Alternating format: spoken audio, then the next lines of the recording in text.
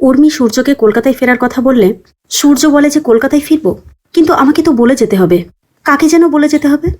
আমার মনে হচ্ছে এখানে খুব আপনজন রয়েছে আমার কেউ, তাকে আমার বলে যেতে হবে। কিন্তু কে সে? সূর্য কিছুই মনে করতে পারছে না।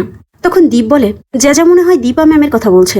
সূর্য তখন বলে, হ্যাঁ দীপা ম্যাম, ওনার সঙ্গে আমি খুব বাজে ব্যবহার করেছি, ওনাকে একটাবার সরি বলতে হবে আমার। এই বলে সূর্য মোবাইল বার করে ফোন করবে দীপাকে। ঠিক তখনই সোনা চলে আসে আর সূর্যের হাত থেকে মোবাইলটি কেড়ে নেয়। বলে, বাবা তুমি কোনোভাবে ওই মহিলার সাথে যোগাযোগ করবে না। সোনার মুখে মহিলা শুনে সূর্য ভীষণ রেগে যায়। বলে, কি বলছো কি তুমি এসব? আমি তোমাকে এই শিক্ষা দিয়েছি? খুব জোরে ধমক দেয় সূর্য।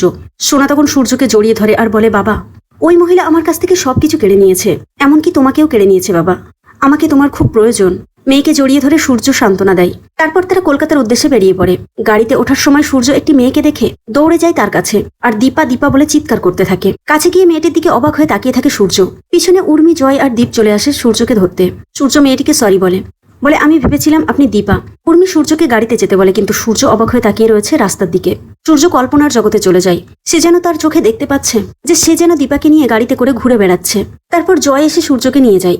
এর ফাঁকে উর্মি কুন্তলাকে ফোন করে সবকিছু জানিয়ে দেয় যে তারা কলকাতায় ফিরছে। অন্যদিকে দীপা আর অবিনাশ তারাও কলকাতায় ফিরবে বলে গাড়িতে উঠছে। ঠিক সেই সময়ে কিছু সাংবাদিক তাদেরকে ঘেরোয়া করে। তারা দীপাকে বলে, আমরা এতদিন জানতাম আপনি সেনগুপ্ত পরিবারের বউ, কিন্তু এখন সবকিছু ছেড়ে ছুড়ে দিয়ে এই অবিনাশের সঙ্গে কি লিভিং এ থাকছেন আপনি?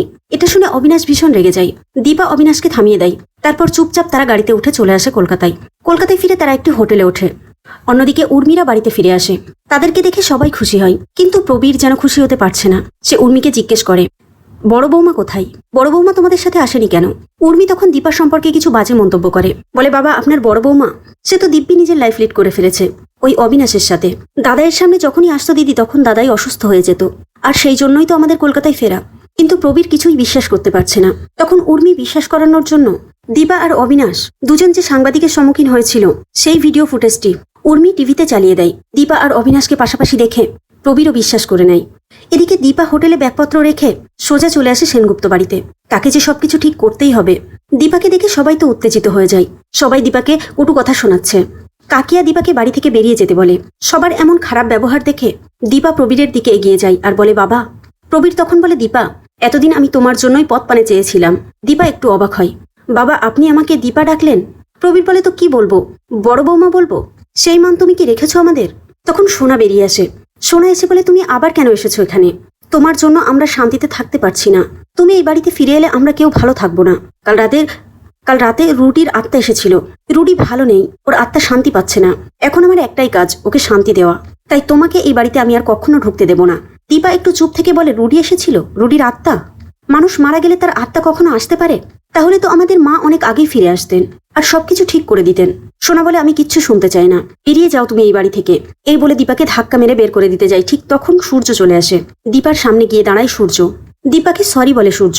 দীপা সূর্যের জন্য একটি ফুল এনেছিল। ফুলটা সূর্যের হাতে দিয়ে বলে, আপনি ফুল অনেক পছন্দ করেন, তাই আপনার জন্য। সূর্য ফুলটা হাতে নেয়। তারপর বলে, খুব সুন্দর। সূর্যের হাতে ফুলটি দিয়ে দীপা চলে যায়। জয় বলে, দাদাই ফুলটি আমার কাছে দে, আমি রেখে দিচ্ছি। সূর্য বলে, না। সোনা বলে, বাবা তুমি ফুলগুলো কাকাইয়ের কাছে দিয়ে দাও, কাকাই ফেলে দিয়ে আসবে। সূর্য ভীষণ রেগে যায়, বলে, কেউ উপহার দিলে সেগুলো ফেলে দিতে হয়? সোনা বলে, ওই মহিলার জিনিস আমাদের বাড়িতে থাকবে না। এই বলে সোনা ফুলগুলো নিয়ে ছুঁড়ে ফেলে দেয় জানালা দিয়ে। সূর্য ছুটে তুলে আনতে যায় ফুলগুলো, কিন্তু জয় উর্মি সবাই আটকায়। কাকিয়াও বলে যে ফেলে যখন দিয়েছে তখন আনার আর দরকার নেই। সোনা বলে, তুমি তুলে আনলেও বাবা আমি আবার ফেলে দেব। সূর্য তখন বলে, তাই? তাহলে আমিও বলে দিচ্ছি, তুমি যতবার ফুলগুলো বাইরে ফেলে দেবে ততবার তোমার এই বাবা গিয়ে ফুলগুলো তুলে আনবে। অন্যদিকে দীপা সোজা চলে আসে মন্দিরে, যে মন্দিরে সে আগে বারবার আসতো। ঠাকুরের কাছে প্রে করে দীপা।